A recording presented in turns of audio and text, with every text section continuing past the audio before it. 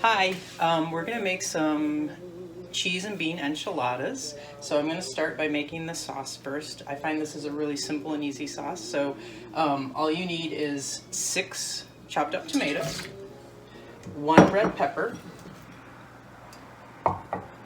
1 teaspoon of salt, a half a teaspoon of cumin, half a teaspoon of red pepper flakes, and about 5 garlic cloves. So this is a really easy recipe because you don't have to seed the tomatoes. You can just put it all together into the pot, and then you just turn it on about high at first, and then once it starts cooking you put it on medium, and then you let it cook for about 15 to 20 minutes until it's all together, cooked in together.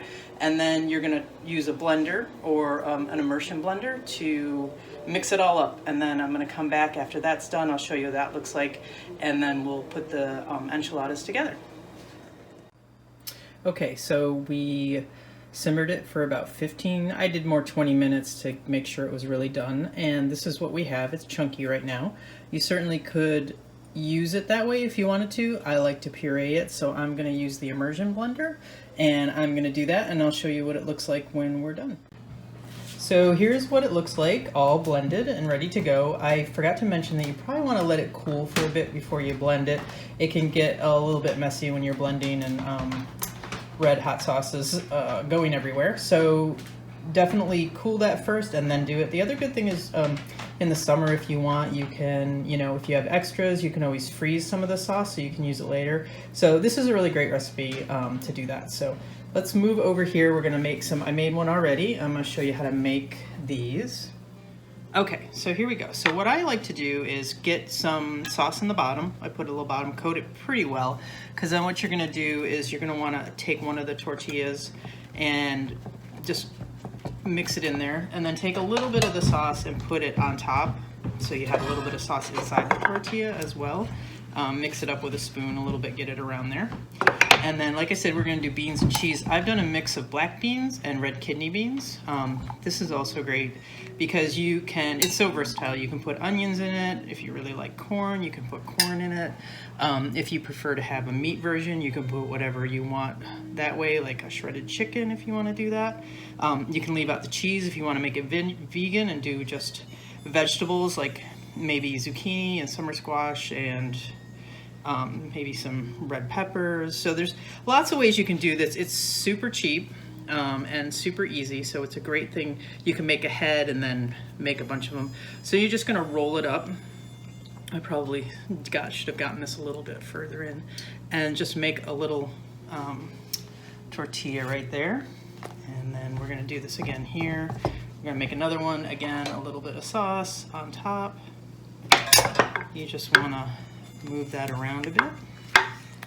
Get the sauce in there. You don't have to get it too much, or you can if you like a lot of sauce. I would definitely double it if you're using the big burritos wraps like I'm doing right now.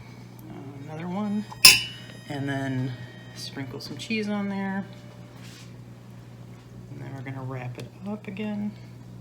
So, I mean, this probably makes 6 pretty good sized burritos. And the other thing you can do with it is if you want, you can freeze the burritos. I sometimes cook them and then I will make individual packets with them.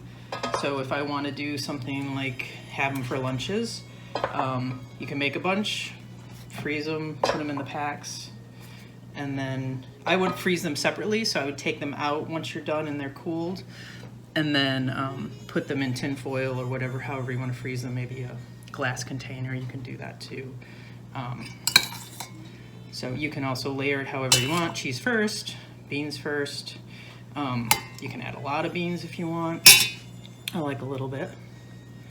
So we'll do that. My wrapping isn't always the absolute best, but we get there. Now this is where it gets a little tricky. When you come to the end and you can't really do the sauce, sometimes I'll just take it and I'll put it right into the enchilada sauce. Get it cleaned up that way, or get it coated that way, and then just lay it on top of the other burritos.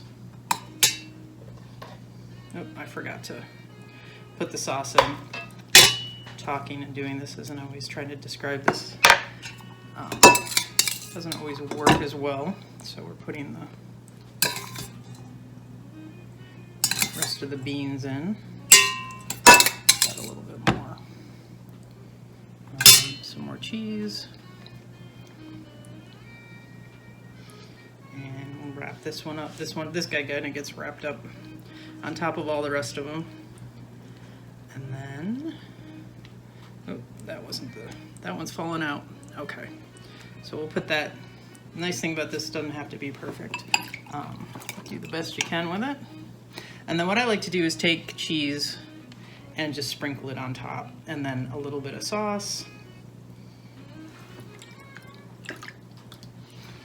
to coat it all.